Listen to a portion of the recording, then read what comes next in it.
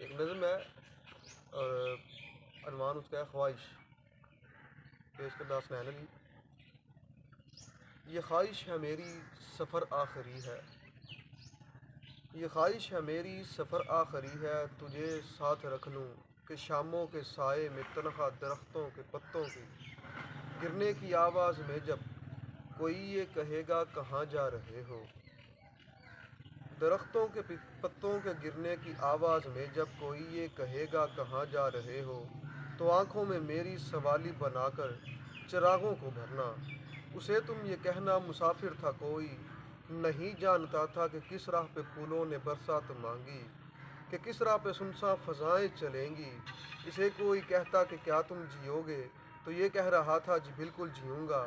اسے کوئی کہتا کہ کیا تم مرو گے، تو یہ کہہ رہا تھا جی بالکل مروں گا، کئی دن یہ صحرا میں کہتا رہا ہے، دھکیلو یہ ریتیں کہ تہ در تہوں میں کوئی خواب بستا ہے دل کی تہوں میں، اگر تم یہ سن لو کہ میں رہ رہا ہوں غموں کے گھروں میں،